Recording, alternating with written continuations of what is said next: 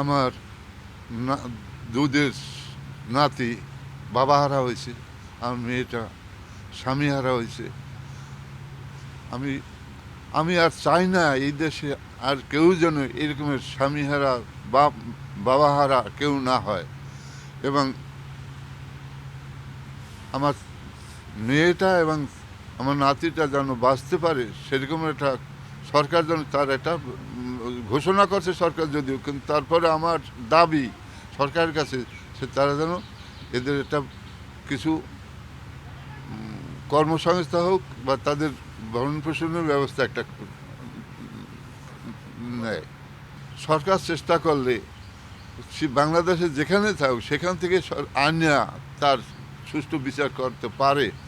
আমার দাবি সরকারের কাছে যেন ওই সন্ত্রাসীকে ধরে আইনা বাংলাদেশে আইনা যে আইনের মাধ্যমে কঠিন বিচার করে। এটা আমার সরকারের কাছে বিশেষভাবে অনুরোধ, দাবি। আমার দাবিকে দেশবাসীর দাবি, আমার দাবি দেশবাসীর সবাই দাবি।